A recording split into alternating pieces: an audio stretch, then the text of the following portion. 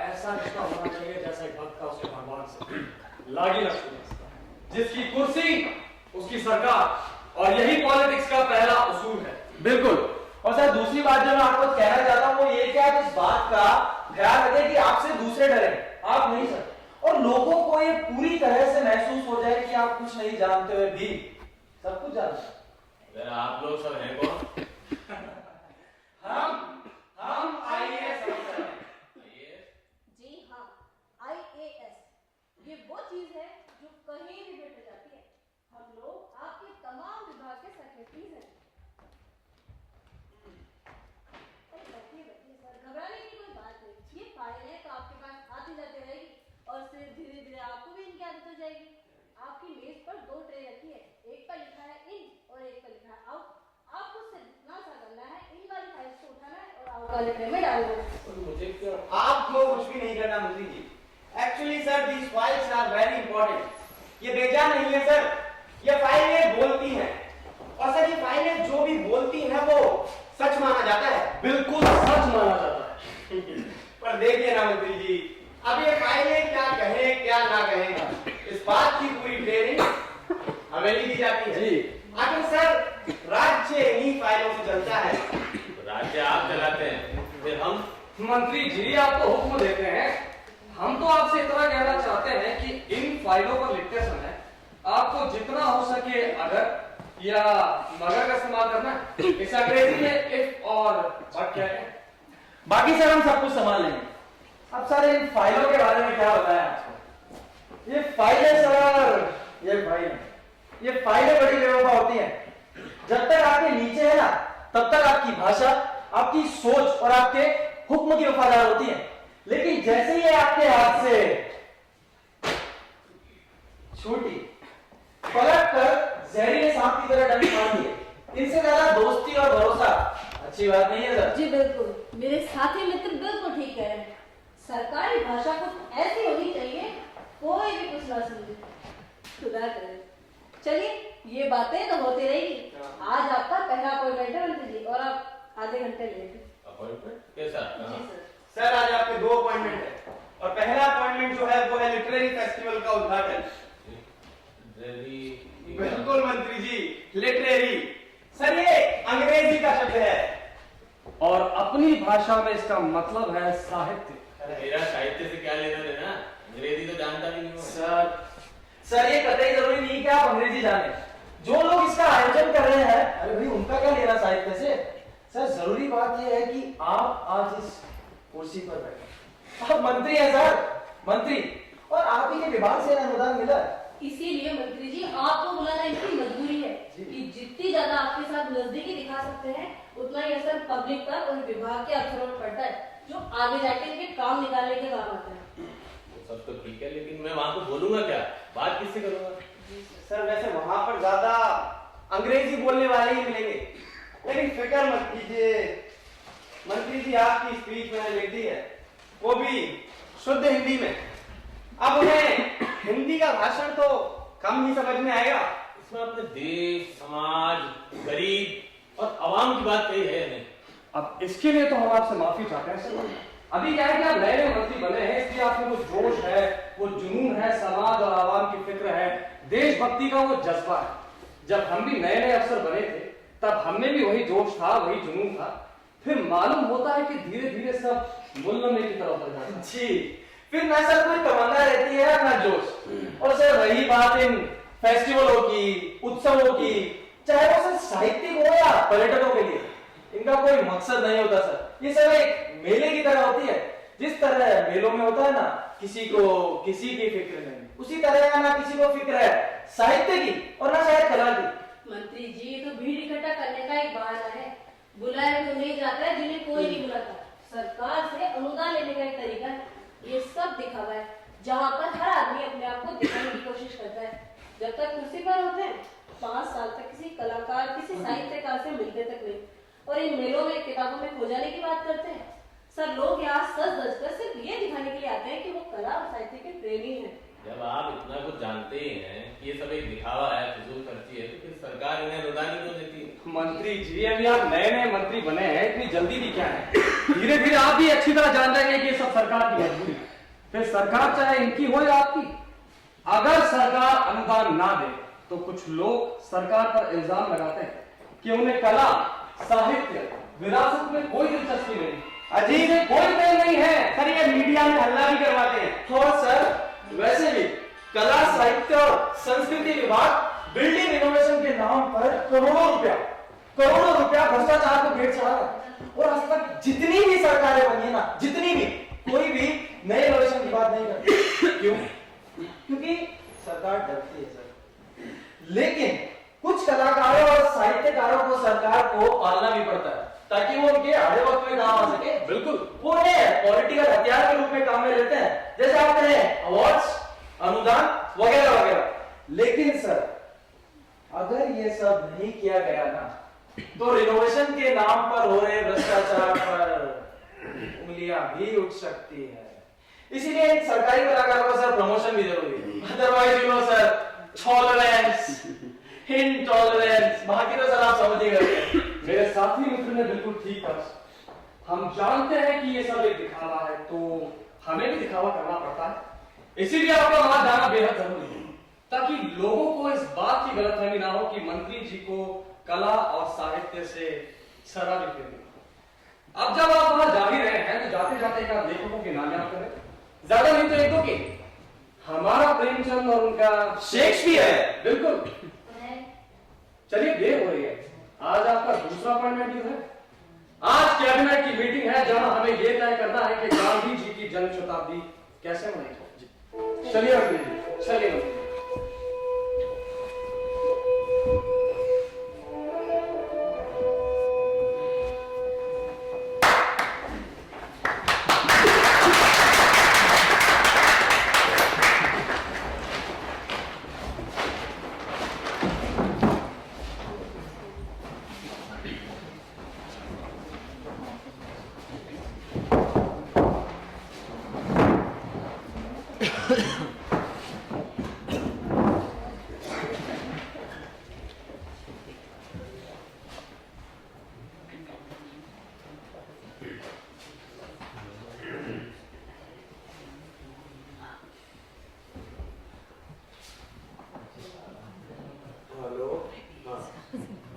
जी भैया कैसे हैं? हाँ जी, मैं रहमत हुसैन बोल रहा हूँ।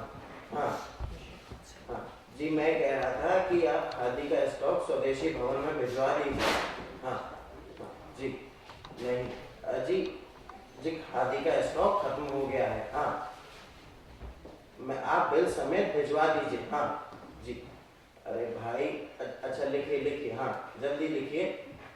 खादी के कुर्ते, पजामे, टोपी, हाँ हाँ, ये सारा सामान आप जल्दी से स्वदेशी भवन में भिजवा दीजिए। हाँ, खादी का स्टॉक खत्म हो गया है।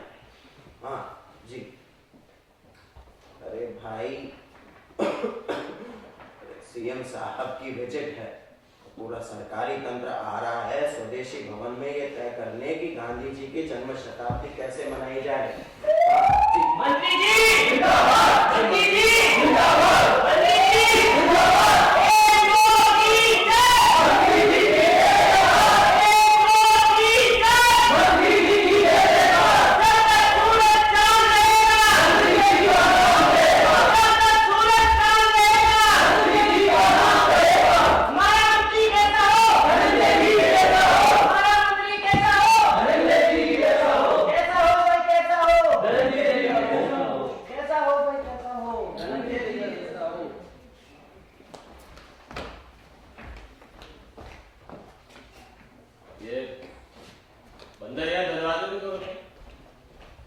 साहब, ये तो गांधी जी को बहुत प्यारे। गांधी जी थोड़ी स्वदेशी भवन में आने वाले हैं। कितनी बेहूदी बात लग रही है। विदेशी पर्यटक आएंगे तो क्या देखेंगे? उनका स्वागत ये बंदर कर रहे हैं। हटा दो इनको, रख दो कहीं इधर उधर। और देखो, क्रिसमस आने वाला है, क्रिसमस ट्री को रखो यहाँ पे, सांता क्लॉज को रखो। पर्यटक उन्हें देख के खुश होता है ना। जी साहब। और सुनो, ये सिर्फ well furnished air condition room में इतना मोटा कपड़ा बेचते हो सर, दुनिया क्या कहेगी? मगर साहब, ये तो असली खादी। हम लोग जो अपने हाथ से काट कर पहनते थे, पत्थर युग गुफाओं में रहा करते थे, कच्चे फल और गोश्त खाते थे, तो उन्हें भी यहाँ सजा कर दोगे? मुझे आइडिया है। जी सर। यहाँ पे ये जो मोटी खादी के कान रखे ना, उसको हटा लो यहाँ। उसकी जगह पे गांधी जी का लाइफ साइज पोर्ट्रेट हो, जिसमें वो चरखा काटते हुए दिखाए, और उसके सामने 1-1 मीटर खादी बहुत खूबसूरत तरीके से पैक करके रखो। लोगों को बताओ गांधी जी के हाथ की काटी हुई खादी है, हमारी हेरिटेज है, हमारी विरासत है, और विदेशी पर्यटकों के लिए रखी है। और इसकी कीमत साहब ये तो 300 रुपए मीटर है। अरे रहमत, समझने की कोशिश करो। गांधी जी के हाथ की काटी हुई खादी है, हमारी हेरिटेज है, विदेशी पर्यटकों के लिए रखी है, इसकी कीमत तो $100 होनी चाहिए। सर लेकिन किसी ने इसका सबूत मांगा तो? अरे हम सभी तो गांधी जी के ही काटे हुए हैं ना, किसी ने सबूत मांगा है क्या? Yes sir. सबूत, इसकी हिम्मत है तो गांधी जी के नाम पर शंका करेगा। और मैं खुद इस बात का ऐलान कर दूंगा कि खादी बोर्ड के अध्यक्ष गिरधारी लाल जी को पुराने गोदाम में खादी के थान मिले, और सरकार ने तय किया कि इसे विदेशी पर्यटकों के लिए बेचा जाए। जी सर आपका ये आइडिया तो सुपर है। ये गज भर का टुकड़ा पूरी दुनिया में तहलका मचा देगा। मगर सर हमको सिर्फ इतना सा करना है कि हमारे स्टोर को थोड़ा मॉडल देना सर। मॉडर्न? मगर साहब ये तो स्वदेशी भवन है। अरे देश में है इसलिए स्वदेशी भवन है। विदेशी पर्यटक तो यहाँ शॉपिंग के लिए आते हैं, ऐसे ही है खस्ता हाल देखेंगे तो आएंगे क्या? जरूरी तो नहीं है कि स्वदेशी है तो सादा ही हो। साहब अगर आप इजाजत दे तो एक बात कहूं? हाँ कहो। जी साहब मैं गांधी जी के साथ रहा हूं। इसलिए तो बैठे हो यहाँ, कहो क्या कहना चाहते हो? साहब गांधी जी को विदेश की हर चीज, कपड़े, तौर तरीके, उनके तड़क भड़क से नाराजगी थी। वो जिंदगी में सादगी चाहते थे। वो कहा करते थे कि भारत की असली संस्कृति गांव में है। रहमत हुसैन, पागल हो गए हो क्या तुम? एक बार करके देखो कि कच्ची बस्ती में किसी झोपड़े के सामने स्टोर खोलकर बैठोगे ना खादी बेचना है, साफ मालूम पड़ जाएगा कौन आता है खादी खरीदने। अगर गांधी जी तो खुद हरिजन बस्ती में रहते थे। तो उनके विचार उनके जमाने में सही थे, आज उनकी कद्र क्या है, सार्थकता क्या है उनकी? तुम देखते नहीं हो क्या आजकल कितने बड़े बड़े मॉल बनने लगे, लोग वहां जाना पसंद करते हैं। और अब तो वो वॉलमार्ट और बाकी ब्रांड भी आने वाले। नहीं, ये तो गांधी जी के साथ, उनकी विचारधारा के साथ अन्याय हो।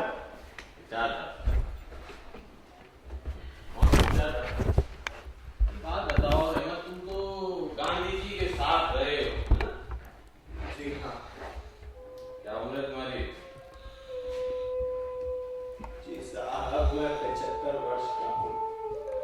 60 वर्ष के रिटायर होने का कानून लागू नहीं हुआ तुम पर? साहब मुझे तनख्वाह पर नहीं और रेडियम पर रखा गया है। गांधी जी के साथ रहा था इसलिए इतनी सी मेहरबानी की है। मेरा इकलौता बेटा भी लड़ाई में मारा गया है और अब उसके परिवार को भी मुझे ही पालना पड़ता है। इसीलिए कह रहा हूँ, देखो तुम ये गलत ख्यालों की दुनिया में रहना छोड़ दो। अरे वो जमाना दूसरा था। आज गांधी जी होते ना तो वो भी महीन खादी की धोती और सिल्क का झब्बा पहन के किसी एयर कंडीशन कैबिन में बैठे।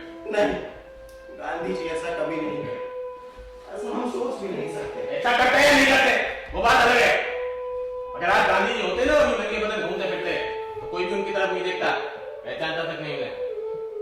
गांधी जी को भारत में कोई ना पहचाने, इससे ज्यादा दुर्भाग्य की बात और क्या होगी। तुमने तो बात को कहीं और ही मोड़ दिया, मैं कुछ और कह रहा था।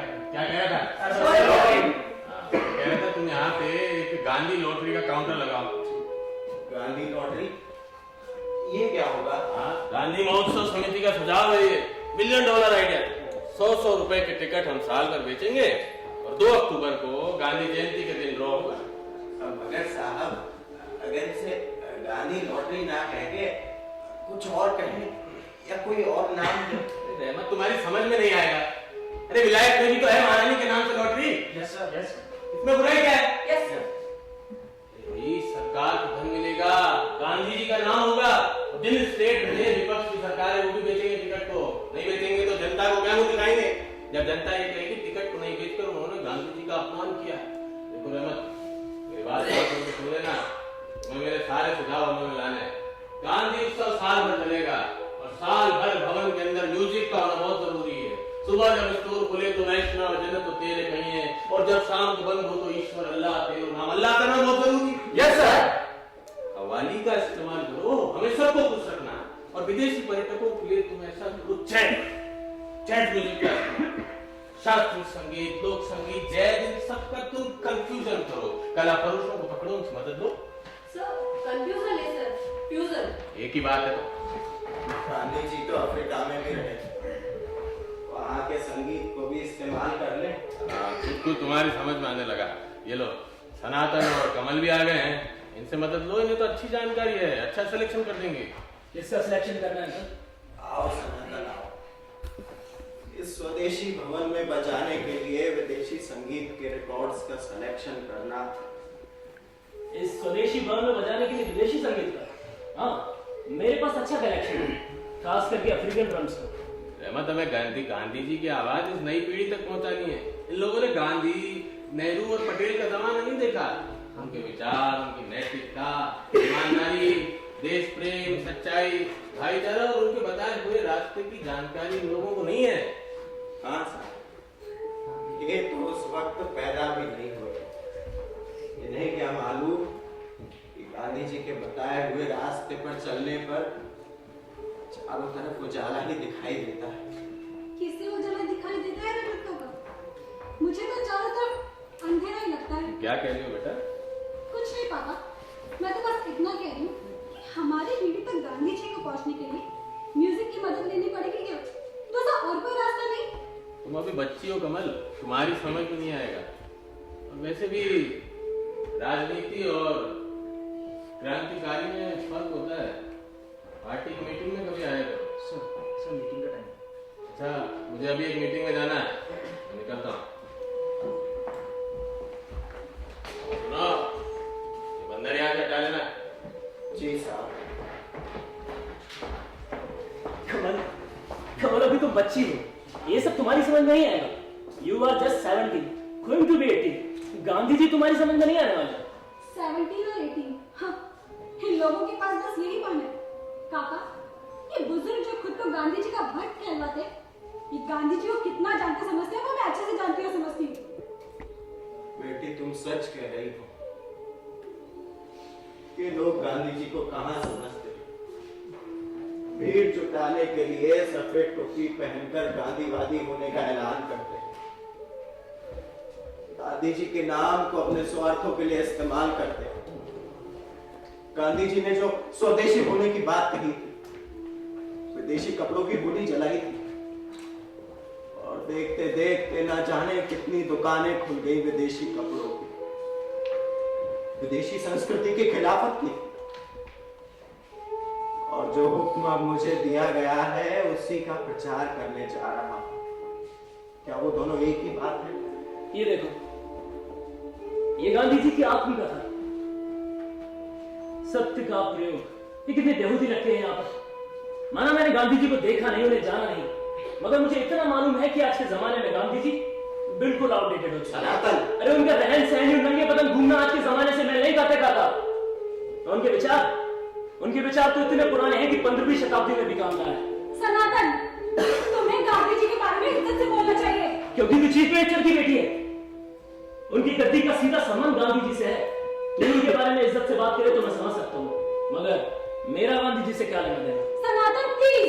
ठीक है, तू कहती है तो मैं चुप हो जाता हूँ, मगर इस चुप्पी का मतलब क्या? माना कि मुझे गांधी जी के जमाने की जानकारी नहीं है, मगर आजकल गांधी जी के नाम पर जो कुछ भी हो रहा है उसे देखकर तेरे दिल में गांधी जी की इज्जत पैदा होती है? बहुत ही क्यों नहीं? सनातन, मैं गांधी जी को पूछती हूँ, उनकी इज्जत करती हूँ। सनातन, तुमने गांधी जी को देखा नहीं, उन्हें जाना नहीं, उन्हें जानने की कोशिश तो करो, उनकी इज्जत करो। रहमत काका, आप लोग गांधी जी से बहुत ज्यादा प्रभावित हो। यूं आंख बंद करके किसी को पूजना या इज्जत करना मेरी नजर में सिर्फ एक दिखावा है, और मुझे इससे ईर्ष्या भी होती है, मगर मैं उनका भक्त नहीं हूँ। हाँ काका, मैं उनका भक्त नहीं हूँ। अरे बचपन से सुनता आ रहा हूँ कि गांधी जी ने आजादी दिलाई। अरे किस बात की आजादी? सच नहीं बोलेगी? रहमत काका, बताते तो जाओ, किस बात की आजादी? सच नहीं बोलेगी या खुलेआम भ्रष्टाचार करने की? गरीबों और दलितों पर अत्याचार करने की या खुलेआम भ्रष्टाचार करने की? पहले विदेशी ताकत की गुलामी की, फिर बादशाहों की गुलामी के राज, आज पैसों की गुलामी कर रहे हैं। अरे गुलामी तो गुलामी है। और वैसे भी इस देश में जो कुछ भी हो रहा है, क्या वो एक खतरनाक बीमारी नहीं है? लोग कहते हैं कि गांधी जी का राज होते तो ये सब नहीं होता। अरे मैं पूछता हूं कि गांधी जी में ये सिखाकर क्यों नहीं गए कि उनकी गैर मौजूदगी में ये सब जो हो रहा है वो सब नहीं होता? खुद तो बन गए महात्मा और यहां छोड़ के दोनों की जमात। तो वैसे भी ये उत्सव, अहिंसा, शोक, ये सब एक पहेली बन चुके हैं मेरे लिए। मुझे समझ नहीं आता है कि बीच में सीमा रेखा कहां खींची जाए। सनातन तू क्या कह रहा है? मेरे समझ में तो कुछ नहीं आ रहा। अरे मेरी बातें तुम्हारी समझ में नहीं आएगी कमल। वो क्या है ना, तुम अभी बच्ची हो। और वैसे भी जिस भाषा को तुम लोग जानते हो उसके शब्दों के अर्थ बदल चुके हैं। आज वो बेईमानी है। गांधी जी के अहिंसा की प्रशंसा करने वाले राजपुरुष लोग आज अपने ही साथियों की हत्या करवाते हैं। उनके सत्य को पूजने वाले नेता आज झूठ के कंधों पर बैठे हुए हैं। रमत करता कहा जाता था कि गांधी जी सबको प्रेम करते थे, लेकिन आज वही नफरत है। भाई भाई के बीच में दीवारें खिंची हुई हैं। धर्म और मजहब के नाम पर जंग हो रही है। अफसर आजादा अफसर बन बैठे हैं और न्यायमूर्ति की आंखों पर जो काली पट्टी बनी है ना, लोग उसका सरेआम फायदा उठा रहे हैं। क्या कि वो देख नहीं सकती, तो जिसकी मर्जी में जो आ रहा है वो कर रहा है। न्याय भी बिकने लगा है। रमत करता मुझे एक बात बताओ, आज ऐसा कौन है जो सच और ईमानदारी से रहना चाहता है? साथी की कीमत क्या है? आप लोग कहते हो कि मैं गांधी जी को समझूं, उनकी इज्जत करूं। मुझे बताओ कि मैंने समझने कहां जाऊं? तुम बताओ, मैंने समझने कहां जाऊं? कहां जाऊं मैंने समझने? जा रहा है भाई। वैसे भी जिस समाज में हम लोग जी रहे हैं, हमें जीना है तो इसी के तरीके से जीना होगा। खैर छोड़ो बात। रमत का हम लोग फिर शाम की बात करते हैं। हाँ, एक बात और, आज अगर कोई बुढ़ा भूले बैठे इस स्वदेशी वन में आ गया ना, तो गोरखा उसे दरवाजे से ही बाहर निकाल देगा। और कहीं वो गलती से अंदर घुस गया तो हो सकता है गोरखा उसके पीछे दो आदमी लगा दे और कहे देखना कहीं ये कुछ उठा ना ले। और कहीं वो टूरिस्ट के सामने से गुजर गया, हो सकता है उसे वो भिखारी समझकर कुछ पैसे ही दे दे। नहीं बेटा, ऐसा नहीं कहते। अरे यही सच है रहमत काका, यही सच है। आज इस स्वदेशी वन में गांधी जी को शक की नजरों से देखा जाएगा। तुम सच कहते हो बेटा। आज उनके कोई पांव भी नहीं छुएगा। ऐसा क्यों कहते हो काका? यहीं पर देख लो, सामने बापू की तस्वीर लगी है। हर कोई आता है, सर झुकाकर हाथ जोड़ता है, अगरबत्ती जलाता है। नहीं नहीं, मैं नहीं मानती कि गांधी जी के लिए लोग के दिलों में इज्जत नहीं है। इज्जत है, प्रेम है, मगर हम उनके पास चलते दिखा नहीं सकते क्योंकि वो हमारे साथ नहीं है। हाँ, अगर गांधी जी हमारे साथ होंगे तो सब उन्हीं के बताए हुए रास्ते पर चलते। ये सब सुनहरी ख्वाबें हैं। गलतफहमी की दुनिया में रहना बंद कर, समझी? और हाँ, तूने सुना नहीं था, राजनीति और क्रांतिकारी में फर्क होता है। मैं चाहता हूं तो कुछ काम की बात करते हैं। आप तो ये बताओ कि आपको विदेश जाने का मौका मिला कि नहीं? मैंने सुना है कि गांधी जी पर नृत्य नाटक लेकर न्यूयॉर्क जा रहे हैं। ये गांधी जी पर नृत्य नाटिका कैसे बनाएंगे? देखा तो नहीं है, मैंने बस सुना ही है। भालुओं के साथ नाचते हुए दिखाया मणिपुरियों को। उनको पेरिस लेकर जा रहे हैं। कावेरियों और रंगाओं का भी साथों ने न्यूयॉर्क ले जाएंगे। रमत करता है ये मौके बार बार नहीं आते। भाई गांधी जी के नाम पर। सनातन, तू पागल तो नहीं हो गया है? मैं गांधी जी का परम भक्त हूं और एक बेशर्म कला फरोशों की तरह काम करूंगा। तू विदेश यात्रा की बात करता है? अरे मेरी नौकरी बरकरार रह जाए तो गनीमत है। धनंजय साहब ने रिटायरमेंट की धमकी दी। नहीं, ऐसा नहीं हो सकता। आप जैसे पुराने अनुभवी आदमी कैसे चल रही है? मैं पापा से बात करूंगी। नहीं बेटा, खुदा के वास्ते अब उनसे कुछ न कहना। जाते जाते तो खुश होकर गए हैं, फिर भड़क गए तो मुश्किल होगी। अच्छा, आपकी नौकरी बरकरार रखने के लिए वो जैज म्यूजिक के रिकॉर्ड चाहिए ना? हाँ, इसके बगैर अब छुटकारा भी कहाँ? मेरे पास कुछ पड़े हैं, मैं आपको भेज दूंगा। ये सब मुझसे नहीं होगा। अब बिल कैसे? अरे रिकॉर्ड डीलर मेरा दोस्त है, आप जैसे कहेंगे वैसे बिल बना देगा। आप तो बस अपना कमीशन बता दें। सनातन, मैंने कहा ना ये सब मुझसे नहीं होगा। सनातन, तू रहमत काका को नहीं पहचानता? रहमत काका, आप जैसे थे ना वैसे ही रहोगे। तभी तो रिटायरमेंट की धमकी मिली। बस थोड़ा सा आज के सुर में सुर मिलाओ, फिर देखो कोई भी तुम्हारा बाल भी बाका नहीं कर सकता। अजी रिटायरमेंट की बात करते हो, प्रमोशन मिलेगा, प्रमोशन। बस थोड़ा सा इन लोगों का कल्चर सीख लो।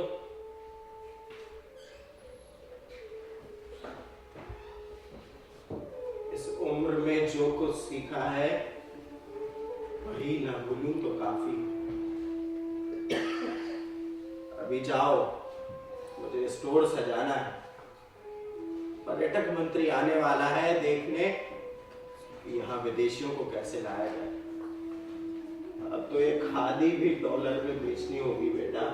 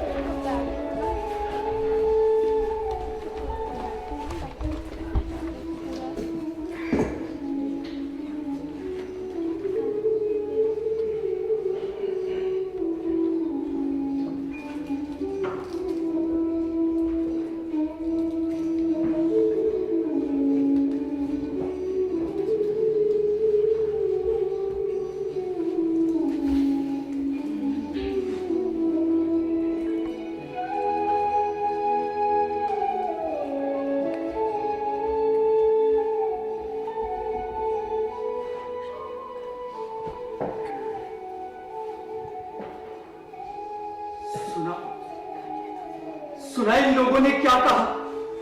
इन बंदरों को यहां से हटा लेना, इन बंदरों को यहां से हटा लेना।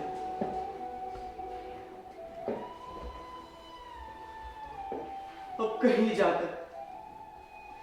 कहीं जाकर मुझे हाथ नीचे करने का वक्त मिला। सारा दिन जो कुछ सुनाई दिया उसे देखने का तो बहुत मन किया। गांधी जी के हाथ की काटी हुई खादी का झूठा ऐलान किया गया। भला गांधी जी के नाम पर झूठ बोलना, टूरिस्टों से डॉलर ऐंठना, तो फिर उन बेचारे गरीबों को क्यों कोसते? वो तो बेचारे अपने पेट के खातिर झूठ बोलते हैं। उन्हें खुश करने के लिए विदेशी संगीत बजाया जाए, मगर कानों को शास्त्रीय संगीत अच्छा तक नहीं लगता। विदेशी कंपनियों को चीजें बेचने का हुक्म दिया गया, उन्हें जेवरात बेचने को कहा। ये जेवरात में तो गांधी जी को गरीबों का खून नजर आता था। ये सब सुनकर हाथ पर काबू रखना मुश्किल था। हाथ में खुजली सी आने लगी, तो मन तो किया एक दो लगाने की, मगर गांधी जी की तालीम आंखों के सामने आ गई। हाथ कैसे उठा सकता? बेबस था, लाचार था, सब कुछ सुनता रहा, सब कुछ सुनता रहा। अरे अच्छा ही है कि तू कुछ देख नहीं सकता, और देख सकता तो आज यहाँ हाथ उठाने की बात नहीं करता। कब का शर्म के मारे मर जाता। यहाँ न जाने कितने ही भिखारी हैं जो सिर्फ झूठ बोलकर अमीर बन गए। तू नहीं समझेगा, ये डॉलर की ताकत है। सब उसी के हुक्म पर नाच रहे हैं। नाच बंदरिया नाच, तुझे डॉलर मिलेगा। ये राज के मालिक है, आज के अन्नदाता है। अरे तू तो खुशकिस्मत है कि कुछ देख नहीं सकता। आज हम लोगों की सारी जिंदगी, वो चाहे भाषा हो, कला हो, साहित्य हो या फिर रंगमंच हो, उसका एक एक पल इन लोगों की खुशी के लिए गिरवी रख दिया गया। यहाँ तक कि हमारे जंगल, हमारी नदियां, हमारा विरासत, हमारा कल्चर, हमारा सब कुछ इनके लिए बनकर रह गया। जैसा ये लोग चाहे वैसा ही हम करें। क्या करूं? लाचार हूं। मैं सब कुछ देख सकता हूं, सब कुछ सुन सकता हूं, मगर मुझे कुछ भी बोलने की इजाजत नहीं, और मुझे सुनने की इजाजत नहीं थी, इसीलिए दुखी था। तुम लोग देख कर और सुनकर दुखी। जरा सोचो, क्या गांधी जी को मालूम था कि आने वाले वाले जमाने में किस तरह की भाषा का ये संसद विधानसभा और नेता इस्तेमाल करेंगे। एक दूसरे को गवार, अनपढ़, चोर तक कहेंगे। और ये सिनेमा और टीवी, इनमें तो किस तरह की भाषा का उपयोग होगा। जहां ना कोई कवि है ना कोई संगीतकार है तो क्या होगा। संगीत के नाम पर तो शोर ही होगा। चारों तरफ बस झूठ और रिश्वत का बोलबाला। जिसके सर पर होगा हाथ, सब उसी का देंगे। यही सोचकर गांधी जी ने हम तीनों को देखने, बोलने और सुनने से मना किया। मैं तो ये सोचकर परेशान हूं, अगर गांधी जी यहाँ स्वदेशी भवन में आ गए तो क्या होगा। तुमने सुना नहीं? अगर हमारे गांधी जी स्वदेशी भवन में आ गए तो दरबान तो उन्हें अंदर ही नहीं आने देगा। वो बेचारे तो कहीं दूर खड़े खड़े टूरिस्टों का शाही स्वागत देखते रहेंगे। इसे इस लोकतंत्र में रॉयल वेलकम कहा जाता है। अरे मैं तो ये सोचकर परेशान हूं कि अगर गांधी जी भारत आ गए तो हम उन्हें पहचाने या ना पहचाने, मगर क्या गांधी जी आज के इस भारत को पहचान पाएंगे? क्या वो अपनी जन्मभूमि गुजरात को पहचान पाएंगे, जहां कुछ समय पहले तक हिंसा का खौफ चारों तरफ फैला हुआ था? ये सब देखकर उस अहिंसा और सच्चे पुजारी की क्या हालत होगी। तुम सच कहते हो। जिन राजाओं की खिलाफत गांधी जी ने की, ये ऊंचे ऊंचे आलिशान कोठियां देखकर उन्हें ताजुब होगा कि इस आजाद भारत में इतने सारे राजा कहां से पैदा हो गए। जिन विदेशी कपड़ों को जलाकर गांधी जी ने होली मनाई, उनकी दुकानों में सजावट का सामान देखकर क्या सोचेंगे। एकता, प्रेम, भाईचारे का समाज में ना होना, आतंकवाद का करना, भ्रष्टाचार का बढ़ना, और ये खौफ जदा शक्लें देखकर क्या वो अपने आप से नहीं पूछे कि यही मेरा भारत है, यही मेरा भारत है। आज मुझे मालूम हुआ कि गांधी जी ने हम तीनों को ही क्यों चुना था। क्यों? अरे क्योंकि उन्हें मालूम था कि ये जो भारत आप देख रहे हैं, जहां लीन और झूठी भाषा का इस्तेमाल रोजमर्रा की जिंदगी में सुन रहे हैं, जहां सच की कोई कीमत नहीं, ईमानदारी का तो नामो निशान नहीं है। और इसीलिए शायद हम बगावत पर भी उतर आते हैं, लेकिन वो खून खराबे के सख्त खिलाफ थे और उनका हम तीनों पर पूरा भरोसा था कि हम कभी कभी ऐसा नहीं। इसीलिए हम ही को ना ही देखो, ना ही बोलो, ना ही सुनो। तो ठीक है, हम तीनों ना ही कुछ देखे, ना ही कुछ बोले और ना ही कुछ सुने, मगर यहाँ और भी तो है। उन्हें क्या मजबूरी है? ये सब कुछ देख रहे हैं, सब कुछ सुन रहे हैं, फिर कुछ बोलते क्यों नहीं? इन्हें तो किसी ने बगावत से मना नहीं किया। किसी ने बगावत से मना नहीं किया, पर ये सब लोग इसमें दौर में शामिल है और लगी है बस एक से बढ़कर एक होने। किसी के पास कुछ सोचने समझने का वक्त ही नहीं। जिस गांधी जी को हमने जाना, जिस भारत की तस्वीर हमने बनाई, जो सपना हमने देखा, ये वो भारत नहीं है ये वो भारत, और ना ही ये वो सपूत है।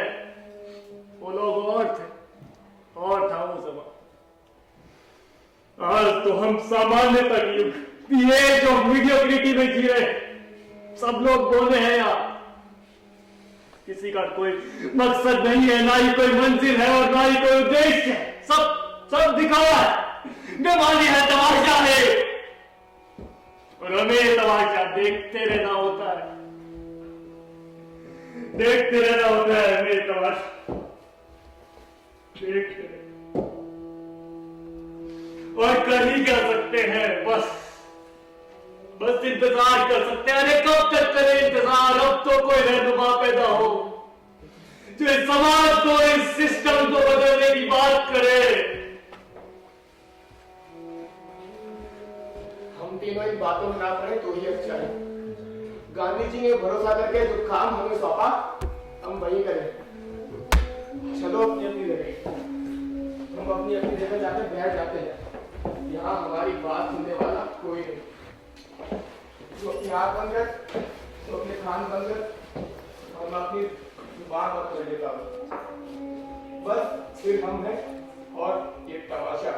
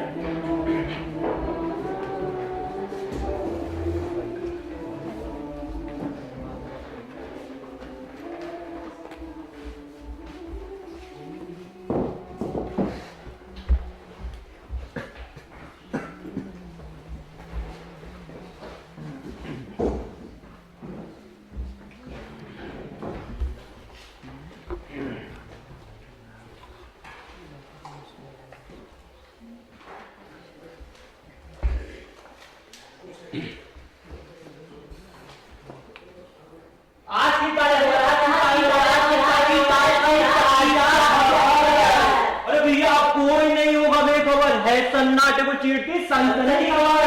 आपकी ताजा खबर भैया, आपकी ताजा खबर।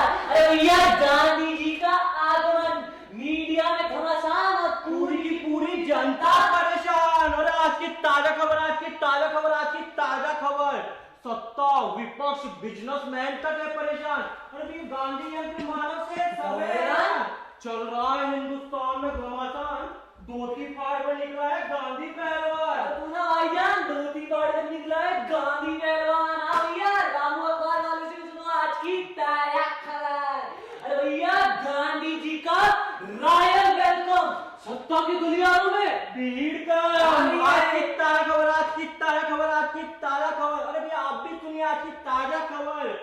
गांधी जी बन गए वीआईपी। अरे भैया मीडिया में भी बढ़ गई उनकी टीआरपी। बोलो भैया मीडिया में बढ़ गई उनकी टीआरपी। आज भैया अच्छा आज की ताजा खबर सुन लो। आज भैया आज की ताजा खबर सुन लो। अरे भैया प्रोफेसर वेंकट राघवन का ऐलान। अरे भैया गांधी करेगा सत्ता विपक्ष का चालान। आज की ताजा खबर, आज की ताजा खबर, आज की ताजा खबर। आ गया है संसद में अहिंसा का पुजारी। सब खामोश लेकिन सवाल जवाब जारी।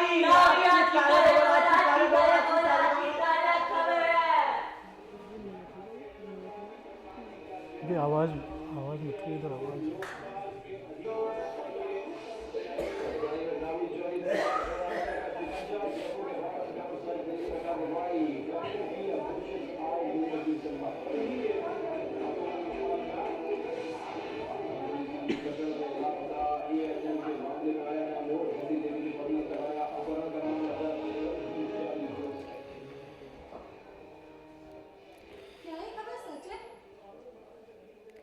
कमल तूने सुना नहीं?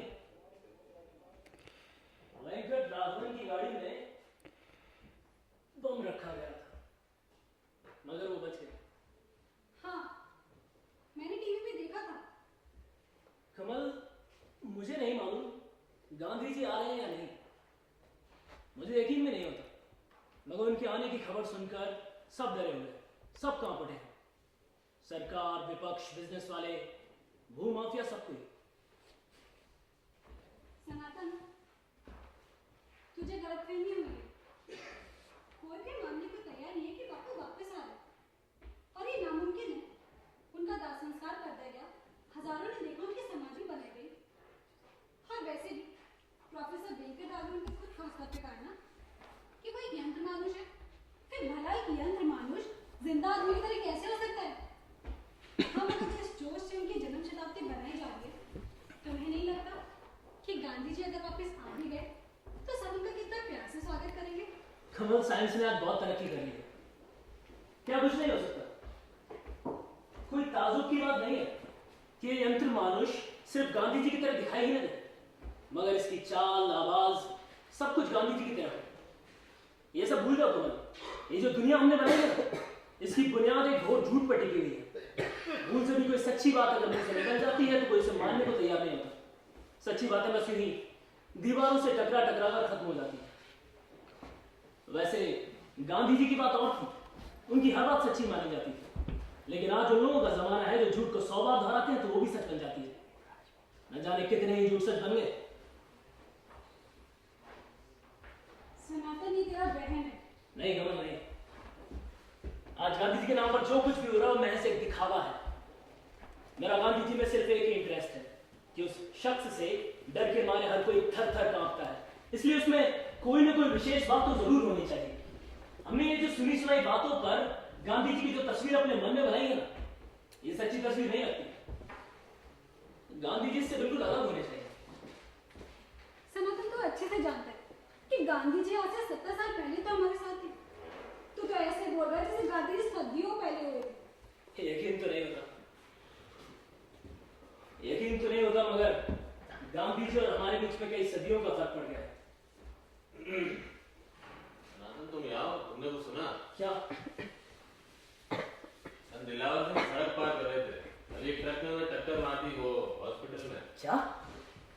कमल मैं भी चलता हूँ, तुमसे बाद में मिलूंगा।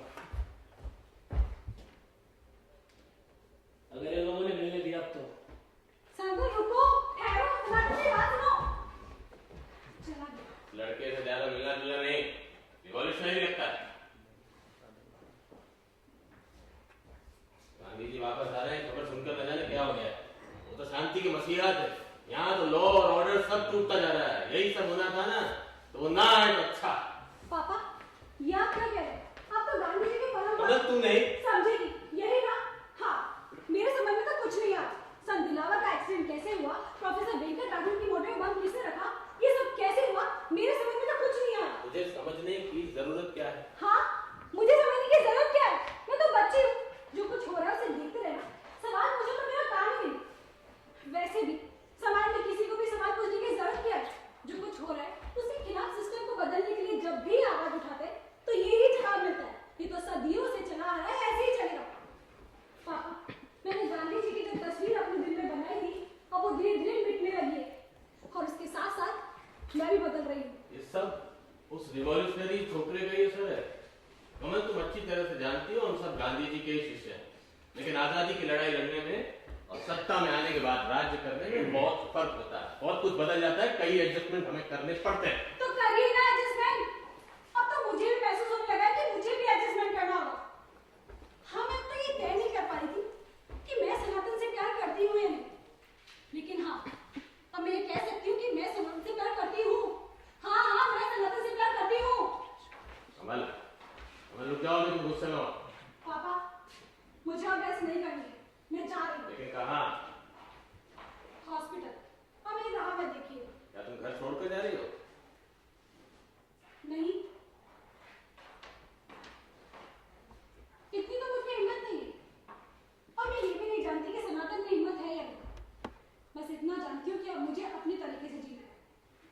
वैसे भी अभी तक तोते की तरह आपके आदर्शों का पाठ किया, कॉन्वेंट में पढ़ी, एयर कंडीशन कमरे में बैठ के गांधी जी की किताबों को पढ़ा, जिस हरिजन बस्ती की बात किया करते थे उसे देखने की तो हिम्मत तक नहीं। ऐशो आराम की सारी चीजें घर में थी। गरीबी क्या होती है वो तो कभी समझ ही नहीं पाई, बस यूं ही गरीबी की बातें करते रहे।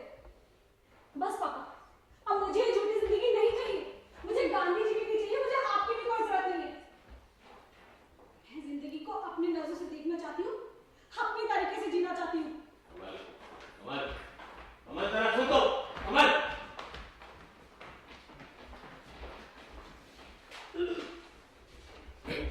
देख कमल को। क्या हुआ कमल को? गुस्से में है, कहीं कुछ करना बैठे। आजकल तो हर कोई गुस्से में है। किस किस को रोकोगे? क्या मतलब? और ये क्या पहना है तुमने? बदलाव कैसा है? क्या मीराबाई बनना है? क्यों? क्या हुआ मेरे कपड़ों को? मीराबाई बन सकूं, इतनी पवित्रता तो मुझ में नहीं। सुन रही हूँ गांधी जी वापस आए, इसके बदलने की कोशिश तो करनी होगी ना। सिर्फ खादी पहनने से काम नहीं चलेगा, अपने हाथों से काटनी भी होगी। बेवकूफी की बातें मत करो। फ्रांस के टूरिज्म मिनिस्टर दोपहर के खाने करा रहे हैं, तुम्हें उनको रिसीव करना है। और आज ये हेयर स्टाइल ठीक करवाने तुम ब्यूटी सैलून नहीं गई? हाँ, नहीं गई और जाऊंगी भी नहीं।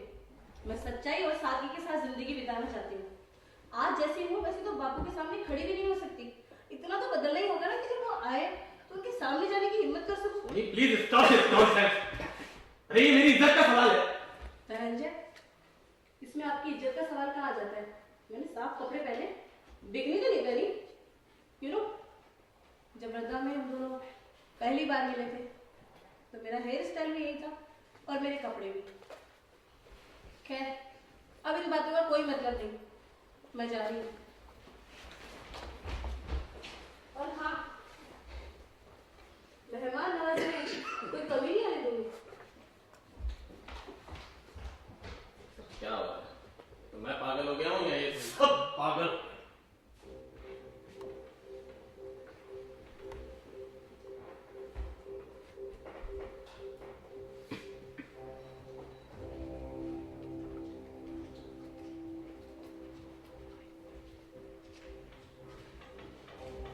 क्या हुआ धनंजय? कमल दिलावर सिंह को देखने गई है। सोनी फिर से सादगी में रहना चाहती है। खबर है कि वो संत बच गया। क्या? हाँ, सिर्फ 15 दिन और उसे अस्पताल में रखना। खतरे से बाहर है। मेरी समझ में नहीं आ रहा है कि ये सब हो क्या रहा है। का बचा दिया। खबर सुनते ही सनातन को न जाने क्या हो गया। कमल पागल हो गई और सोनी ने अपना रंग रूप बदल लिया। आज तो कमल और सोनी ही बदले। अरे जब ये सारा देश बदल जाएगा तब क्या होगा? कभी सोचा है तुम? क्या हम नहीं जानते कि उस बुढ़े में कितनी ताकत? सब कुछ ही बदल जाएगा तो हमें किस बात की चिंता है?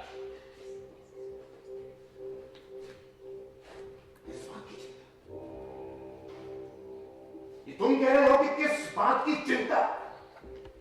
क्या तुम भूल गए कि हम सब ने मिलकर गांधी जी के नाम को हर तरह से एक्सप्लोइट किया था? अपने स्वार्थ के लिए, अपनी हैसियत को बढ़ाने के लिए ना जाने कितने छूट गए थे। क्या कुछ नहीं लिखा था हमने? ये बताने की पूरी कोशिश की थी कि गांधी जी के सबसे बड़े और परम भक्त हम ही थे और कोई नहीं। जो बड़े बड़े दावे हमने किए थे ना, उनमें कितनी सच्चाई है, कितना झूठ है, ये सब मालूम चल जाए।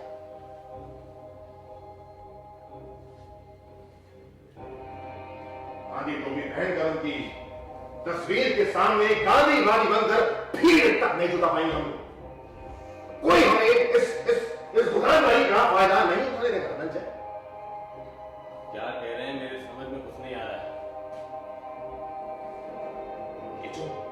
जो कुछ भी होने वाला है मैं वो सब अच्छी तरह से देख सकता हूं। जब गांधी जी आएंगे तब जो कुछ भी उनके नाम से हुआ था वो उसका जवाब मांगेंगे।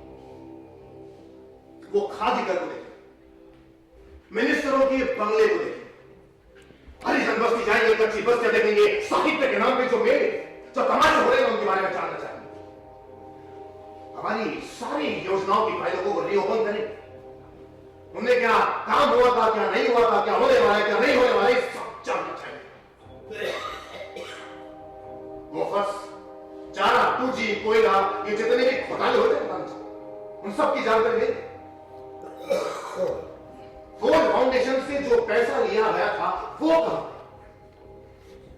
और हाँ, वो आएंगे तो पूछेंगे कि किस किसने स्विस बैंक में खाते खोले थे। तेलंगाना कौन सी रात? नक्सलवाद कहां से आया? किसानों और आदिवासियों को उनके घर से कौन बेघर कर रहा है? ये बड़े बड़े मकान, ये इमारतें, बिल्डिंग, ये सब कैसे बन गई?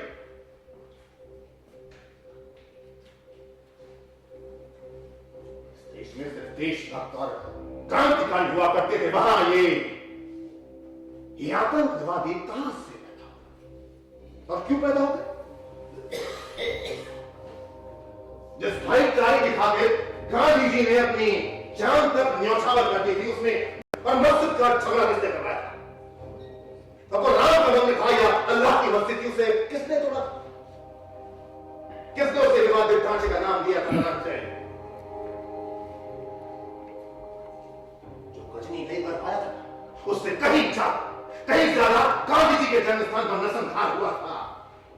हजारों सैकड़ों लोग उसमें मारे गए।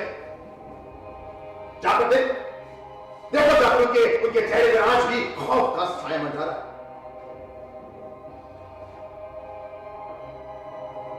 गांधी जी ये सब जानना चाहिए। वो आएंगे तो पूछेंगे कि भाई ये मुंबई किसकी है, छोटे छोटे स्टेट बनाकर इसके टुकड़े किसने किए, क्या जवाब दोगे तुम इसका? कुछ नहीं बोल दोगे तुम।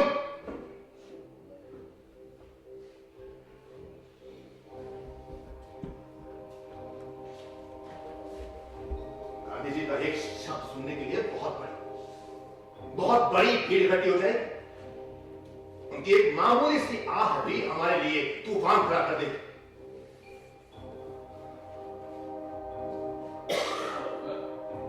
लोग क्या कर सकते हैं?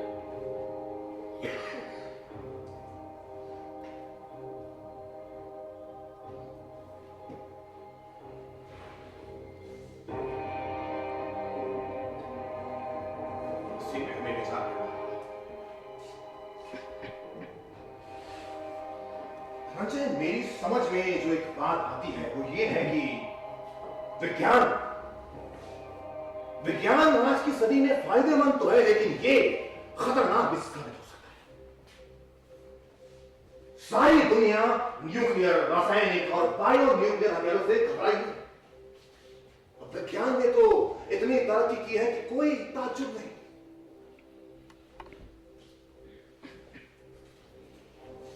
कोई ताज्जुब नहीं कि एक यंत्र मनुष्य बन सकता है। हमें वेंकट राघवन के दावे को कि उसने गांधी जी की शक्ल में यंत्र को पैदा किया, इसे गलत साबित करना होगा। और ये सवाल पूछना होगा कि क्या वाकई में वो गांधी जी हैं, और अगर हैं तो उसका सबूत क्या है? हाँ, इस बात का सबूत क्या है? जो सवाल मैं तुमसे पूछ रहा हूं उसे बढ़ाकर अपनी बेवकूफी साबित मत करो। तुम गलत चाहे, ये इतना आसान नहीं है। विज्ञान है ये झूठ पढ़ने का होता है, इसके पास में हर बात का सबूत होता है। सबूत हो या ना हो, विपक्ष तो टूट ही पड़ेगा ना हम पर। न जाने कैसे कैसे सवाल करेंगे फिर। विपक्ष नहीं जाना, बल्कि ये लोग तो हमसे भी ज्यादा घबराए हुए हैं। गांधी के प्यारे राम को जितना बदनाम इन लोगों ने किया है, शायद ही किसी और ने किया। राम के नाम पे सारे देश में आग लगाई, लगते ना दिखाई थी, लेकिन चिंगारी आज भी है। क्या जवाब देंगे? इनकी तो जान पर मनाई। तो आपने क्या सोचा है?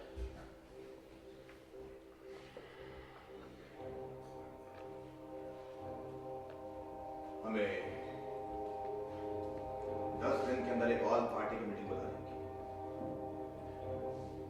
उसमें यह सवाल रखा जाएगा कि गांधी जी का इस वक्त देश में आना सिक्योरिटी की नजर में सही है या नहीं। सीबीआई से कहा जाए कि प्रोफेसर वेंकट राघवन का पास रिकॉर्ड कैसे भी उसे CIA का एजेंट घोषित किया जाए और यह बात साबित की जाए उसे फौरन ऐड दी गई थी। भारत में आतंक फैलाने का काम के आने के बाद ये एडमिनिस्ट्रेशन हथियार हमारे पास रहेगा या नहीं?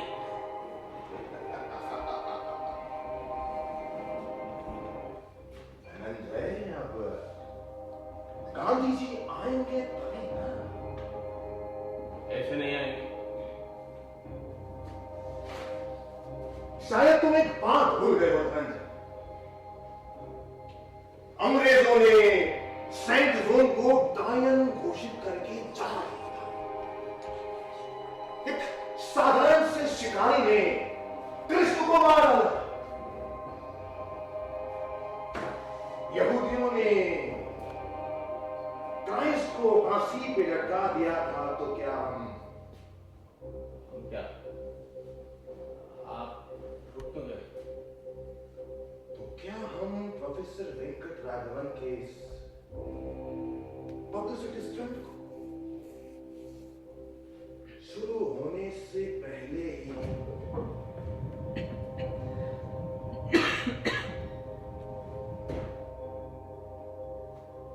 खत्म नहीं कर सकते।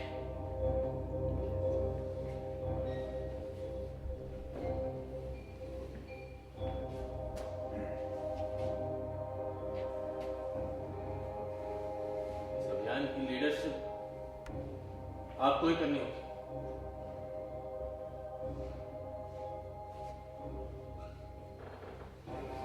देखूंगा 10 दिन के अंदर हमें एक और पार्टी मीटिंग बुलानी होगी। उस वक्त तक मैं रेजोल्यूशन को तैयार कर लूंगा।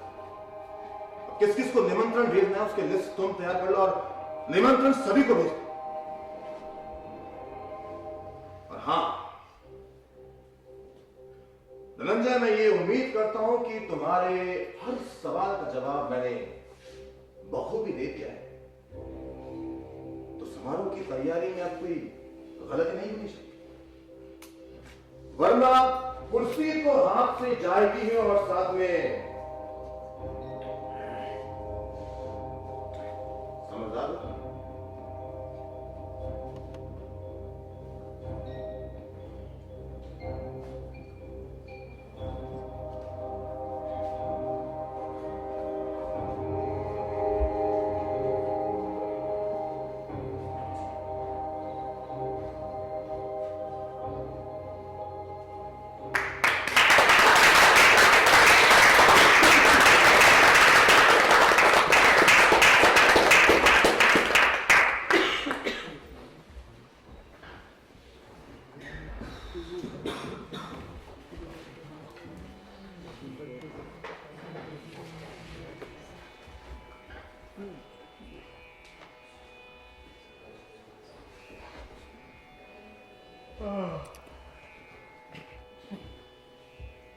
सनातन, तुम समझ नहीं रहे हो, ये एक षड्यंत्र है, बहुत बड़ी साजिश।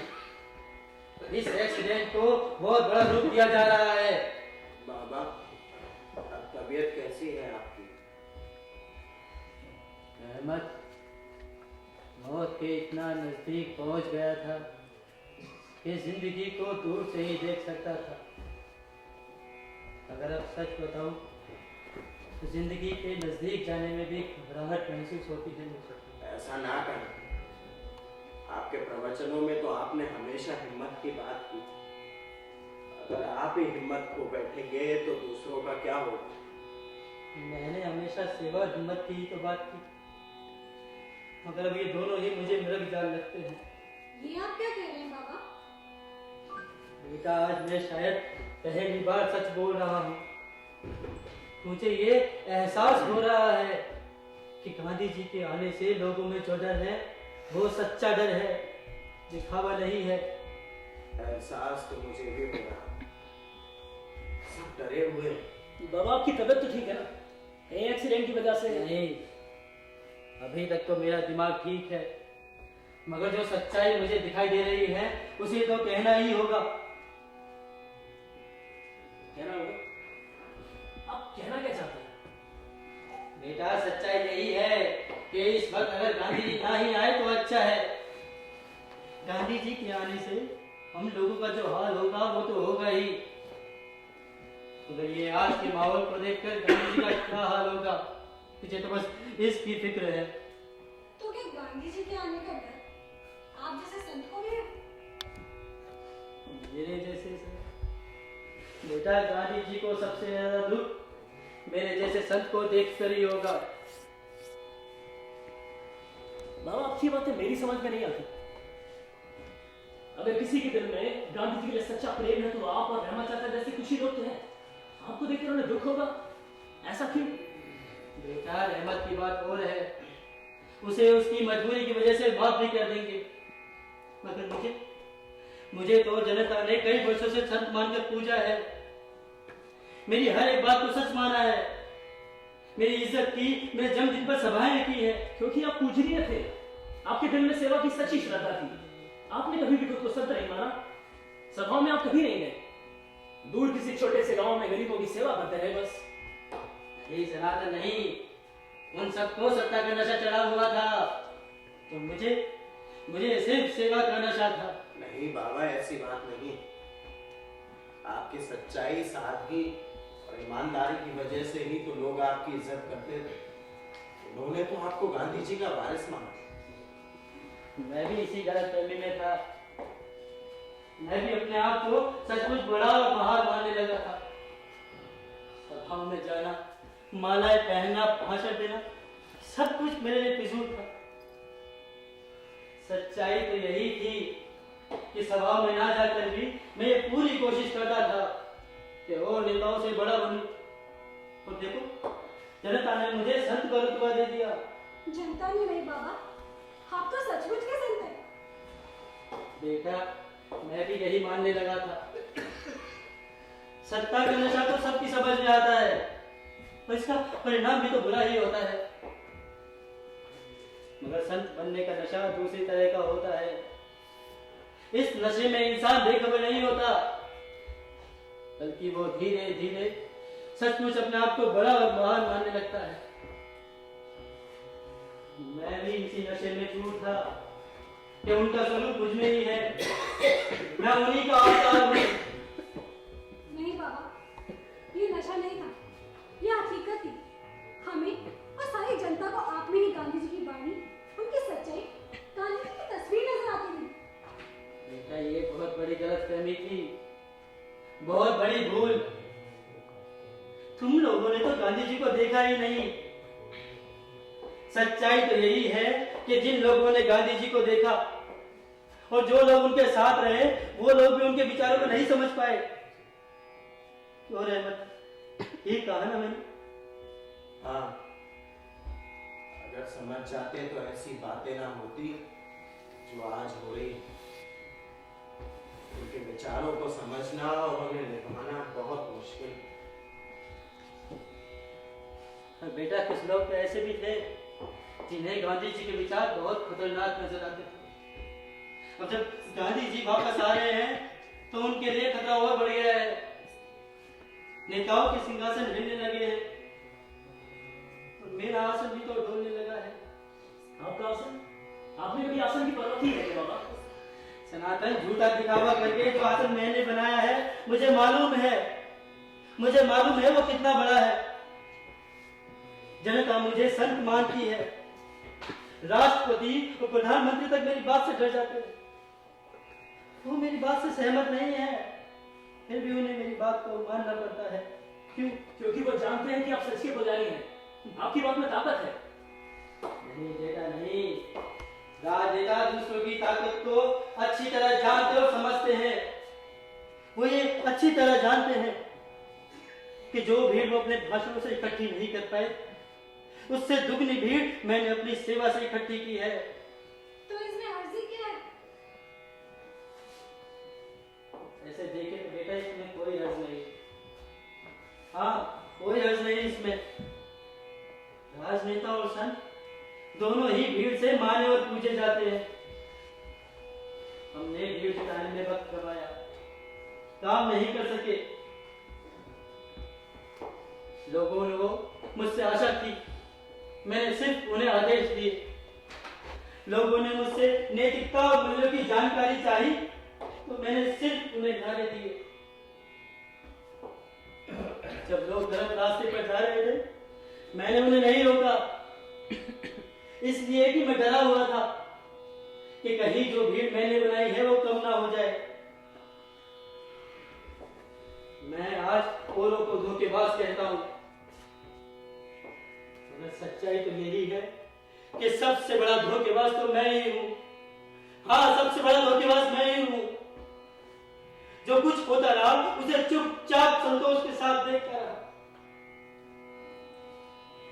नाथन, तुम नहीं जानते, जब गांधी जी आएंगे तो वो धनंजय और महामंगल पर उंगली नहीं उठाएंगे। वो मुझसे पूछेंगे कि मैं क्या कर रहा था। वो कहेंगे कि जब इमरजेंसी लागू हुई तो तू चुप रहा, दिल्ली के दंगों में लोग मारे गए तो तू चुप रहा।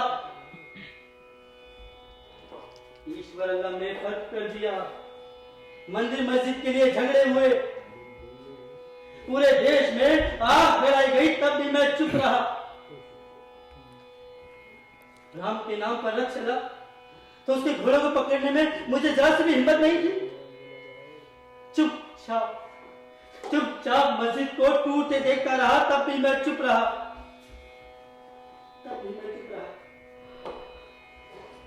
गांधी जी ने स्वदेशी का नारा दिया था, विदेशी कपड़ों की होली जलाई थी। आज स्वदेशी कपड़ा खुलेआम बाजारों में बिक रहा, तब भी मैं चुप रहा। संपूर्ण भारत की बात की थी उन्होंने, संपूर्ण भारत की। और आज भाषा और कल्चर के नाम पर छोटे छोटे प्रांतों में तोड़ने की बात हो रही, तब भी मैं चुप रहा। भ्रष्टाचार, रिश्वतखोरी, बलात्कार, ये सब कुछ खुलेआम होता रहा, तब भी मैं चुप रहा। सनातन जब गांधी जी आएंगे और मुझसे पूछेंगे कि मैं क्या कर रहा था, मैं उन्हें क्या जवाब दूंगा? क्या जवाब दूंगा मैं उन्हें? इसका जवाब किसके पास है बाबा? किसी के पास भी तो नहीं। बाबा, आप थक गए होंगे, आराम कीजिए। जब कभी भी मैंने आवाज उठाने की बात की, यही शब्द सुनाई दिए मुझे चारों ओर से। क्या करता?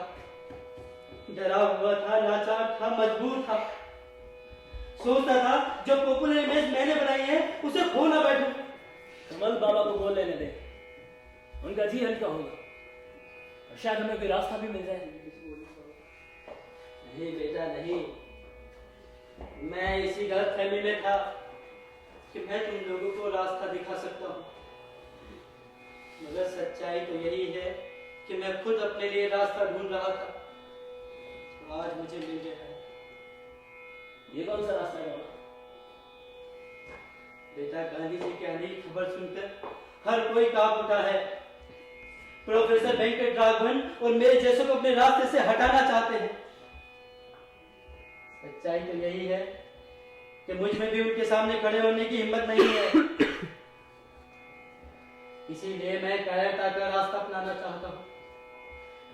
मैं आज से आमरण उपवास करूंगा। बाबा, उपवास और कायरता का रास्ता? हाँ बेटा, ये सच्चा आमरण उपवास होगा। पहले की तरह दिखावा नहीं कि गांधी जी खुद आएंगे और अपने हाथों से जूस पिलाएंगे। बाबा, आपके बगैर हमारा क्या होगा? बेटा, तुम लोग तो बहुत खुशकिस्मत हो कि तुम उन पाखंडियों के टोले में शामिल नहीं हो जिन्होंने गांधी जी की पूजा का झूठा दिखावा किया। तुम नौजवान तो कोरे कागज की तरह हो। भारत का नया निर्माण तुम लोगों से ही होगा। मगर हमें गांधी जी में श्रद्धा नहीं है। श्रद्धा नहीं है तभी तो तुम उन्हें स्वीकार कर सकोगे, तभी स्वीकार कर सकोगे तुम उन्हें। जिन लोगों ने गांधी जी की झूठी श्रद्धा का दिखावा किया, वही उन्हें स्वीकार नहीं कर सकते। तो हाँ सनातन, मैं तुम्हें एक बात और कहना चाहता हूँ। कहिए बाबा। हम लोग नई पीढ़ी को दोष देते रहे, दोष दरअसल हमारा ही है। हम लोग कहते रहे कि तुम लोगों ने कोई मूल्य नहीं रहने दिए, तुम लोगों ने संस्कृति को लजाया है। मगर सच्चाई तो ये है कि हम लोगों ने ही तुम्हारे लिए कोई मूल्य नहीं रहने दिए, कोई मूल्य नहीं रहने दिए। जिस संस्कृति को मानकर, जिसकी दिन रात पूजा करते रहे, जिसकी रक्षा के लिए करोड़ों रुपए खर्च किए, वो सिर्फ एक निर्जीव शब्द जो दिन प्रतिदिन सड़ता जा रहा था। मूल्यों के बारे में कोई जानकारी नहीं दी। आज के जो हालात बने हुए हैं ना, वो हमारे ही बनाए हुए हैं। मुझे पूरा विश्वास है कि तुम लोग नए भारत की स्थापना करोगे, नए मूल्य बनाओगे। गंगा जमुना कल्चर जिसे हम लोगों ने बर्बाद होने दिया, तुम लोग उसे फिर से जिंदा करोगे। और हाँ सनातन, मेरा ये आमरण उपवास प्रायश्चित के लिए नहीं है, आत्मशुद्धि के लिए भी नहीं। एक कायर का तो उपवास है। थोड़ी देर पहले जो मौत कतरा कर चली गई, उसे लाने की एक छोटी सी कोशिश।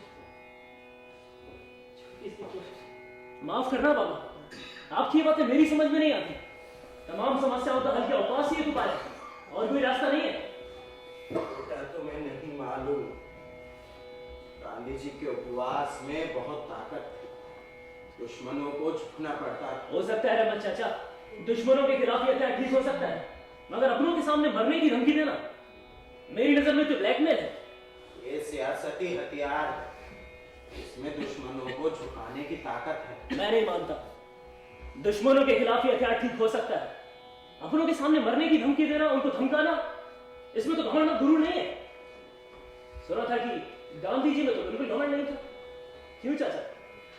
हाँ बेटा, गांधी जी में घमंड नहीं, उनकी वाणी में, उनकी सच्चाई में ताकत थी। उन्होंने ताकतवर दुश्मन के खिलाफ एक लंबी लड़ाई लड़ी, लेकिन उन्होंने एक शब्द भी ऐसा नहीं बोला जो तहजीब के खिलाफ हो। सनातन, तू कहना क्या चाहता है? अरे कमल, मैं यही कहना चाहता हूँ कि आज की सियासत में हम सब भागीदार हैं। ये सब जो कुछ भी हो रहा है, इसके जिम्मेदार हम सब हैं, और हम सबको मिलकर ही इसका सामना करना होगा। ये मुंह मोड़कर भागना नहीं। मैं चाहता हूँ कि बाबा को अपनी वाणी, अपनी सच्चाई पर यकीन होना चाहिए, उनको हकीकत का सामना करना चाहिए। भला ऐसी क्या बात है कि आप गांधी जी के सामने खड़े नहीं हो सकते?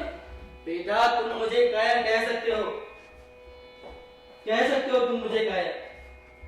सच्चाई यही है कि गांधी जी के सामने खड़े होने की हिम्मत नहीं है मुझ में, नहीं है। आओ रहमत, उपवास की तैयारियां करें।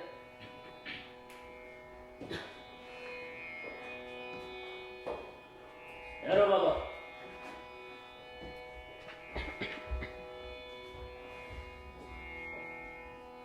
ये गांधी टोपी तो पहनते जाओ, वरना तुम्हें गांधीवादी कौन समझे?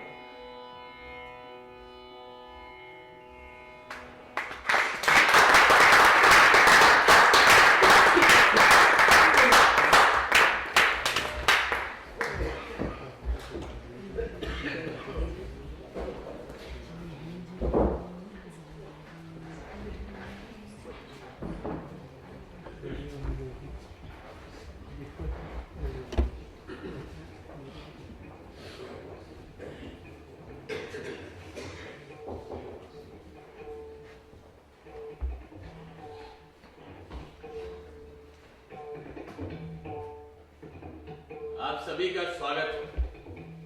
ये बहुत खुशी की बात है कि आज तमाम पार्टी सारे भेदभाव भुलाकर एक हुई। गांधी जी हमेशा एकता की बात किया करते थे, भाईचारे की बात किया करते थे। उनका कहना था कि राजनीति गरीबों के उत्थान के लिए होनी चाहिए, देश की तरक्की के लिए होनी चाहिए। गांधी जी शांति के मसीहा थे, वो हर हाल में शांति चाहते थे। मैं अब आपसे ज्यादा कुछ नहीं कहकर हमारे सीनियर लीडर महामंगल जी से ये निवेदन करूंगा कि वो आपको आज की इस खास मीटिंग के बारे में कुछ बताएं। महामंगल जी।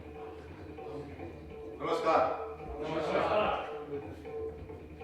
देखिए, यूं तो आए दिन टीवी पर तरह तरह की अफवाहें फैलाई जाती हैं, मगर इस अफवाह ने कि गांधी जी भारत वापस आ रहे हैं, इसने सारे देश में आग लगा दी। लोग न जाने क्या क्या बातें कर, जो घाव भर चुके थे वो फिर से हरे हो गए। अभी आग और न भड़के, खतरा और तेज ना हो, इसके लिए हमें जरूरी कदम उठाने होंगे। हम जानते हैं कि गांधी जी के आने की खबर से हमारे बीच में काफी मतभेद पैदा हो चुका है, लेकिन देश की शांति के लिए हमें एक होना बेहद जरूरी है, क्योंकि लोकतंत्र में सरकार अकेले कुछ नहीं कर सकती है। हमें आप सभी लोगों का साथ चाहिए। इसलिए हमने एक आज खास मीटिंग रखी। हमने तमाम नेताओं के साथ में एक स्पीकर रखा है जो कि बोले। ये इसलिए किया है क्योंकि हम लोग एक दूसरे की आवाज को, उनकी विचारधारा को जानते हैं, पहचानते हैं, और किसी का चेहरा ना दिखाई दे, इसके लिए हमने रोशनी का खास तौर पर इंतजाम भी किया। और वोटिंग जो होगी वो टॉर्च के जरिए। देखिए महामंगल जी, हम सब लोग तमाम पार्टी की तरफ से आपसे एक सवाल पूछना चाहते हैं। बिल्कुल ठीक। पूछिए। इस मीटिंग में कोई भी स्पीकर जो कोई भी बात कहे उसका यहाँ या फिर किसी और जगह किसी तरह की कोई तहकीकात नहीं की जाएगी। ये जानने की कोशिश नहीं की जाएगी कि वो कौन है और किस पार्टी का है। बिल्कुल ठीक। गिरफ्तारी नहीं की जाएगी और वो थर्ड डिग्री इस्तेमाल नहीं की जाएगी। और ना ही इस मीटिंग की खबर मीडिया को दी जाएगी। बिल्कुल बिल्कुल ठीक। ये सवाल बहुत महत्वपूर्ण है। मैं समझता हूँ हम सभी लोग इस बात से सहमत होंगे। अगर आप लोग सहमत हैं तो एक बार हाथ उठाकर सहमति दर्ज कीजिए।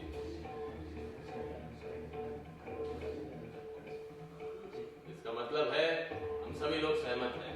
मीटिंग शुरू कीजिए। आप लोग बगैर किसी खौफ के अपने विचार रख सकते हैं। देखिए ये सब बकवास है। यहाँ विज्ञान के नाम पर एक षड्यंत्र दिया गया है। पूरे देश में तरह तरह की भ्रांति फैलाई गई है भाई। अब ये कौन और क्यों कर रहा है, हमें इसका जवाब चाहिए। मैं तो कहता हूँ हमें कभी भी बिठानी चाहिए। देखिए महंगाई, भ्रष्टाचार, माओवादी और ये बॉम्बला, ये जितने भी तमाम जरूरी मुद्दे हैं ना, इनसे समाज का ध्यान हटाने की साजिश है ये। अजी राजघाट पर हजारों लाखों आदमियों के सामने गांधी जी का दाह संस्कार कर दिया गया। शरीर नष्ट हो चुका था, फिर बताइए गांधी जी कहाँ से अटक के। हमें इस बात का सबूत चाहिए। सबूत चाहिए। अरे भैया, आप सब लोग नहीं जानते क्या विज्ञान कितनी तरक्की कर चुका है, क्लोन बनने लगे हैं। और वैसे भी रिसर्च में जो है बिना सबूत के कुछ भी साबित नहीं कर सकते। अरे भैया हम ऐसे सबूतों को नहीं मानते। अरे भाई जनता सबूतों मानने की तो आप क्या कर सकते हैं इसमें? अरे हमने जनता की बात माननी का भी जो हम मानेंगे। छोड़िए।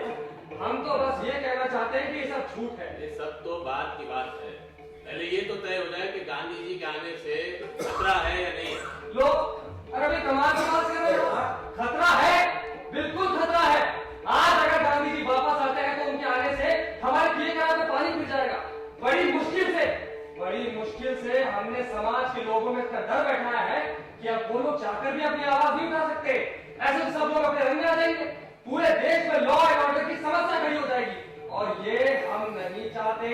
और हाँ मंत्री जी, कभी आप लोगों ने सोचा है अगर गांधी जी संसद और विधानसभा में जाकर बैठ जाएंगे तो क्या होगा? सरकार और विपक्ष की बहुत ही बंद हो जाएगी। मंत्री जी डर के बारे में कोई भी नहीं बोलेगा। अगर ऐसा होता है तो हम सभी के लिए एक संवैधानिक समस्या खड़ी हो जाएगी। सुन लीजिए नेताजी की बात। मंत्री जी अगर आज गांधी जी आते हैं तो हमारी बहुत बहुत बड़ी समस्या खड़ी हो जाएगी। देखिए मंत्री जी और महामंत्री जी, ये आपको पता है हमारे यहाँ जंगल ही जंगल है और रामायण के सारे तीर्थ स्थान वहाँ पर हैं। अब ऐसा नहीं हो सकता कि गांधी जी आए और वहाँ ना जाए। अगर गांधी जी वहाँ चले गए तो हमारे सबके लिए बहुत बड़ी समस्या खड़ी हो जाएगी। अरे भला राम तो आपके अपने हैं, फिर हमें इसका खतरा।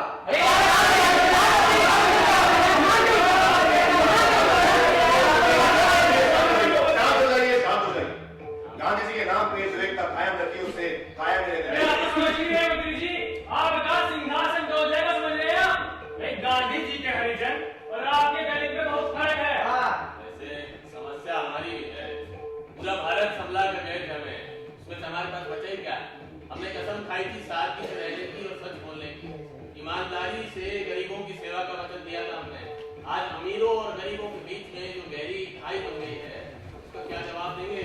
देखिए मंत्री जी, मेरी समझ में जो सबसे बड़ा खतरा है वो है गांधी जी के आने का।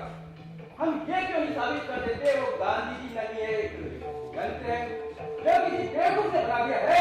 देखिए इस तरह आप हमारे युवा वैज्ञानिकों की तौहीन कर रहे हैं। आप हमारे वैज्ञानिकों की योग्यता में शक न करें। अगर एक युवा आज सत्ता को बदल सकता है तो पूरी कायनात में कुछ भी हो सकता है। कुछ भी हो सकता है। सत्ता, युवा, योग्यता बड़ी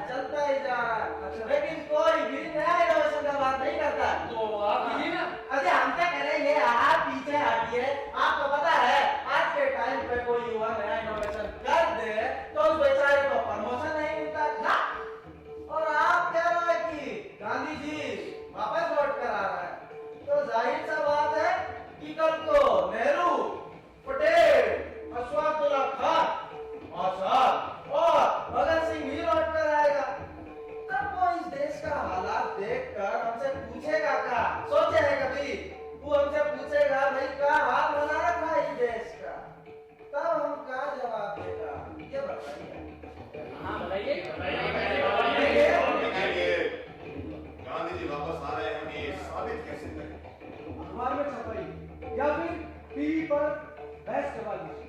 मुद्दा रखिए मानव गांधी वर्सेस जयंत गांधी। और वैसे भी मंत्री जी, पैसे की ताकत से हम क्या साबित नहीं कर सकते। देखिए मंत्री जी, अगर आज गांधी जी आते हैं ना तो हमारी बहुत बड़ी समस्या खड़ी हो जाएगी। हमारी राय में से आप नेशनल सिक्योरिटी का मसला बनाइए। ये साबित कीजिए कि ये ISI और CIA की साजिश है। बस फिर देखिए। 47 साल तक यही करते आ रहे हैं, फिर कोई सुने तो। जी, आप इतनी देर से खामोश हैं। आप बताएं, गांधी जी का इस वक्त देश में आना खतरा है या नहीं?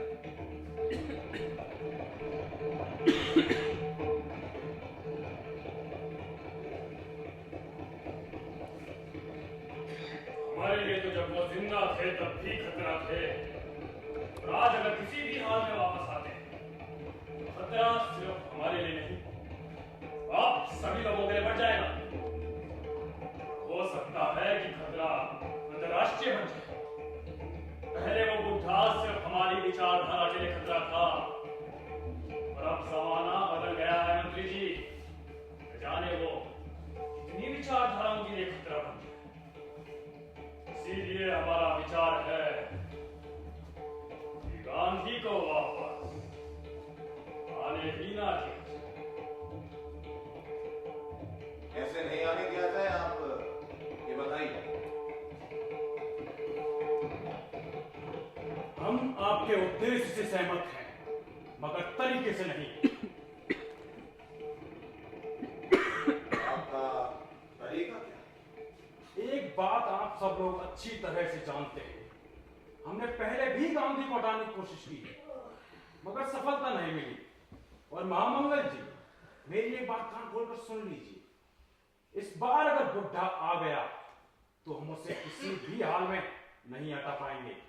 हम लोगों की खैर नहीं, हम लोग कहीं के नहीं रहेंगे। हमारा वजूद तो छोड़िए, हमें कोई पूछेगा भी नहीं। पूरा देश आजकल गुस्से में है, और गांधी के आने से सारे देश में आंदोलन की बाढ़ आ जाएगी। और वैसे भी हम लोग अभी अभी एक आंदोलन से उभरे हैं। मगर कोई तरीका तो होगा। एक तरीका है, मगर खतरनाक। गांधी की प्रार्थना सभा में तो हर कोई जा सकता है। ऐसा तो शायद कोई भी नहीं होगा जो भीड़ को चीरते हुए आगे ना बढ़े। हाँ, ऐसा कोई भी नहीं होगा, ऐसा कोई भी नहीं होगा।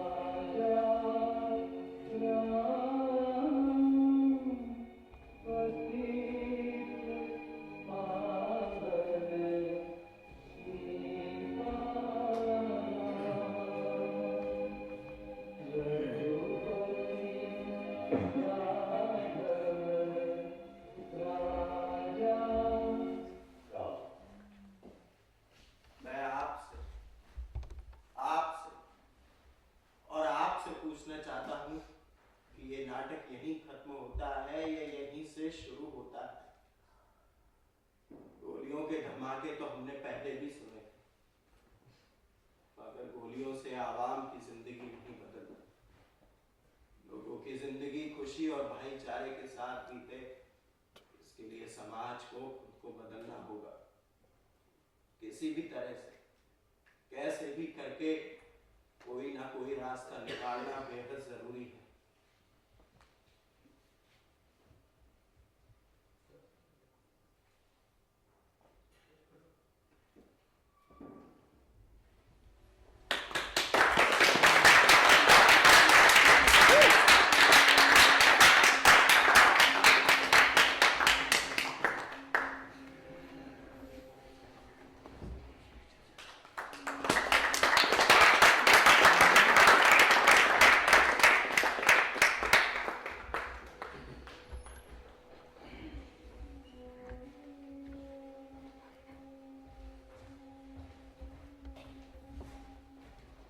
नमस्कार।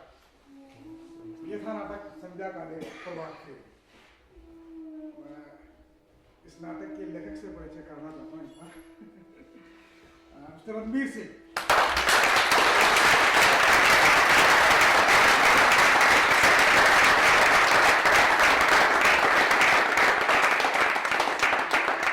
मैं कलाकारों से अनुरोध करूंगा कि एक एक करके अपना परिचय दें।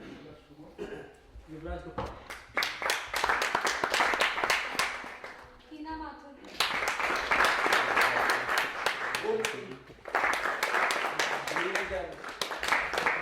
अमित कुमार,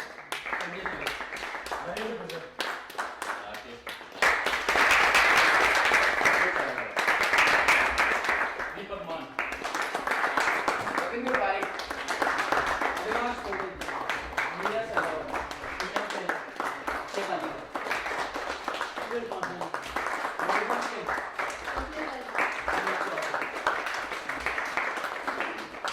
और इस नाटक में बैक स्टेज में प्रशांत शर्मा और अंजना पांडे,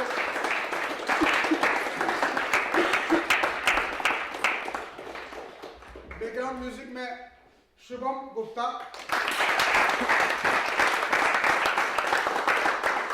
इस नाटक के मेकअप असलम पठान,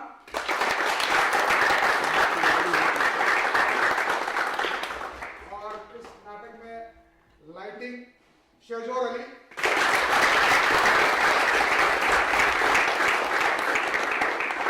और इस नाटक में वीडियोग्राफी दिनेश प्रधान,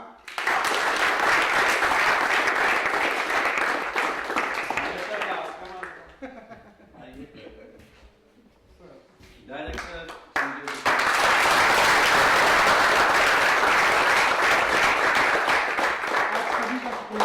आप लोग आए और बड़ी धैर्यता के साथ हमने नाटक देखा।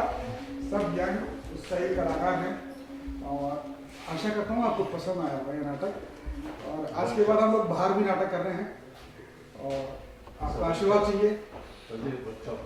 हाँ, वर्कशॉप नाटक है, थोड़ा नए बच्चों को तैयार किया हमने, पहले भी शो कर चुके हैं और उम्मीद करता हूँ कि आपको ये नाटक पसंद आया है। आगे भी नाटक एक नया नाटक तैयार कर रहे हैं जो आपको बहुत पसंद आएगा और आपका सभी का आशीर्वाद चाहता हूँ कलाकारों के लिए। शबा है, शुभ रात्रि।